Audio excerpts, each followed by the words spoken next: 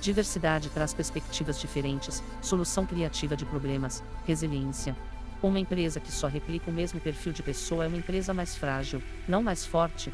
Exigir que uma pessoa com deficiência se encaixe em um processo rígido é desperdiçar talento. O desafio é adaptar o processo, não a pessoa. A busca por uma qualidade homogênea e excludente é, no fundo, a preguiça de se reinventar. É mais fácil declarar alguém incompatível do que repensar o sistema.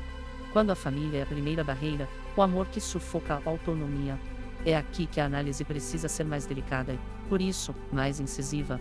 Muitas das primeiras e mais duras barreiras atitudinais são erguidas dentro de casa, com tijolos de amor genuíno, mas cimentados com medo e desinformação. A família, sobrecarregada pela falta de apoio do Estado, muitas vezes se transforma em um microsistema capacitista. Para proteger do mundo hostil, e ele é hostil, cerca o familiar com deficiência de muros. Desestimula a independência, toma decisões por ele, trata a sexualidade como tabu, o futuro profissional como uma fantasia. Esse amor é sufocante. Ele rouba a biografia.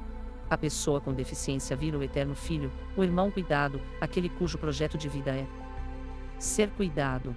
A LBI garante o direito à vida independente par. 26. Mas como exercê-lo se, desde o berço, sua autonomia foi tratada como um risco, não como um objetivo? É crucial não culpar as famílias, mas culpar a estrutura que as deixa desassistidas e as força a adotar a lógica do enclausuramento como única forma de proteção.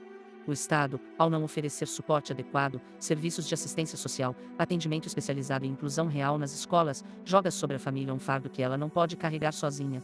E, sob esse fardo, o instinto de proteger muitas vezes vira controle. O caminho da verdadeira inclusão, do cuidar de para o cuidar seu M. A saída dessa dupla armadilha da falsa impossibilidade econômica e da falsa proteção afetiva está em uma mudança de preposição. Precisamos passar do cuidar de para o cuidar com. Cuidar de é vertical, paternalista. Coloca um ser ativo cuidador sobre um ser passivo cuidado. É a lógica que sustenta a tirania. Cuidar com é horizontal, solidário. Reconhece a autonomia do outro. É uma parceria. É o Estado cuidando com a sociedade para remover barreiras. É a família cuidando com seu membro para que ele conquiste suas asas. É a escola cuidando com o aluno para que ele aprenda do seu jeito. A verdadeira inclusão não é um favor possível, é um dever inegociável. E o verdadeiro cuidado não é uma gaiola de ouro, mas o ato de destravar portas e entregar a chave.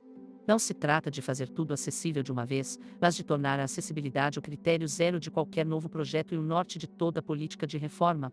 E não se trata de deixar de cuidar, mas de cuidar para a autonomia e não da dependência. A próxima vez que você ouvir não dá, questione para quem não dá. A próxima vez que vir um cuidado que aprisiona, ofereça um apoio que liberta. O mito da inclusão possível só sobrevive enquanto aceitarmos que a exclusão é inevitável. Ela não é. Ela é, simplesmente, uma escolha a mais covarde de todas. Próximo capítulo, no capítulo 7, desceremos ao asfalto. A cidade hostil nos espera, com seu urbanismo de extermínio suave, sua mobilidade como loteria e seu abandono institucional pintado de concreto. Prepare-se para uma caminhada frustrante.